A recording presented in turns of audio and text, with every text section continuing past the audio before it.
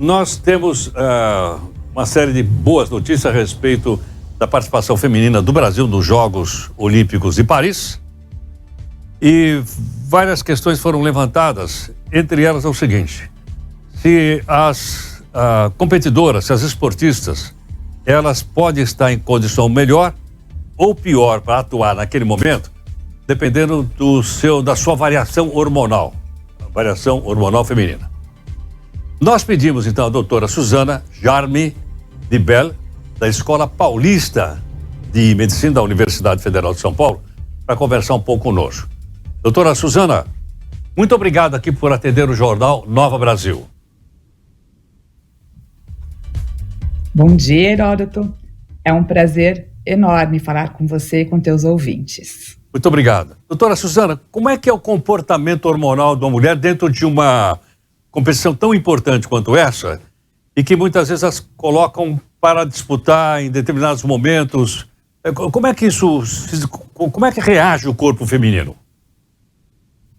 A grande maioria das atletas estão no menarque, ou seja, na fase em que elas têm variação hormonal diária, né? Nós temos aí, ao longo de um ciclo menstrual, desde o início, que começa com a menstruação, aí vai para a ovulação, não acontece uma gestação, obviamente, quem está querendo competir na Olimpíada, e vem a próxima menstruação. E cada dia esses hormônios são diferentes, eles são basicamente o estrogênio e a progesterona.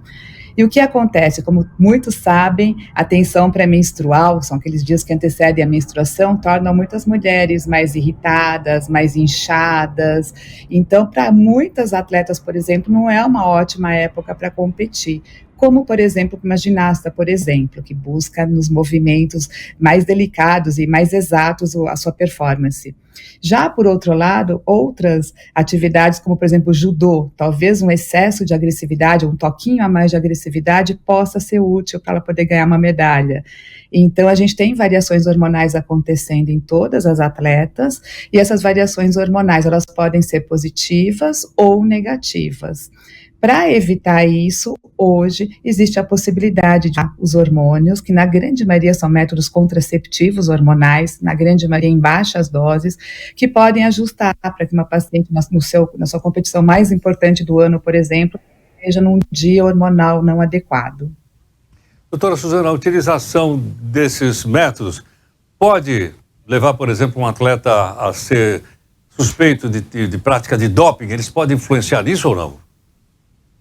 Heródoto, super importante essa tua pergunta. Atualmente, nenhuma das composições hormonais contraceptivas é considerado doping. No passado, a gente já teve algumas questões, principalmente com os métodos injetáveis, mas hoje nenhum deles é considerado doping. Doutora Suzana, no passado, eu me lembro de ter conversado com um médico, que foi o doutor Elcimar Coutinho, né? E ele falava o seguinte, que durante esse período, as mulheres não tinham menstruação. Isso procede? É um estudo do passado? Qual é a sua avaliação? Heródoto, isso é uma realidade muitas vezes. Hoje existe um cuidado à saúde da mulher atleta muito importante. Então, nas últimas décadas, houve aí um conhecimento e aprofundamento. No passado, pela quantidade enorme de treino que elas faziam, e muitas vezes com uma alimentação não adequada, o próprio organismo feminino ficava com uma baixa hormonal e muitas vezes elas não ovulavam. E além de não ovular, elas poderiam ter outros sintomas, como, por exemplo, alterações em relação à alimentação, anorexia, até mesmo a bulimia, e alterações emocionais e alterações ósseas. Hoje, com todos esses conhecimentos, hoje se denomina disponibilidade energética. O que significa isso? Um corpo que treina muitas horas, que tem uma atividade física extenuante, ela precisa de um aporte energético adequado.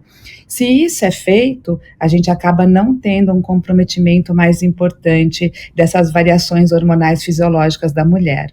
Mas com treino exaustivo e uma alimentação não adequada, como era comum, sim, muitas vezes muitas mulheres não ovulavam porque elas ficavam no ambiente de hipoestrogenismo, muito pouco hormônio feminino, muita pouca massa gordurosa e um corpo fisicamente extenuado. E isso trazia sérias complicações de saúde para essas mulheres atletas. Então, hoje, todas as equipes têm, ou pelo menos a grande maioria das equipes tem um olhar mais atento para a saúde da mulher atleta.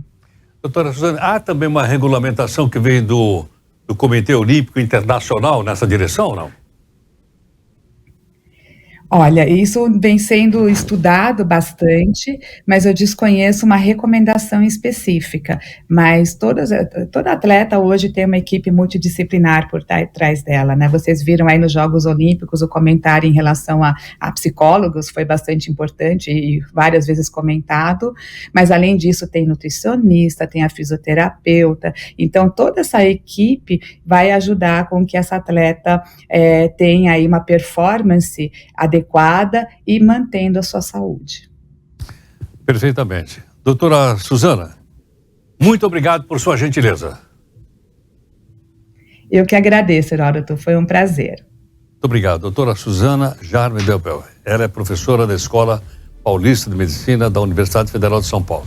Daí, portanto, uma questão extremamente interessante, né? Para a gente poder acompanhar também o desempenho das mulheres nas Olimpíadas, as que passaram, Paris, e as próximas que vão ser realizadas em Los Angeles.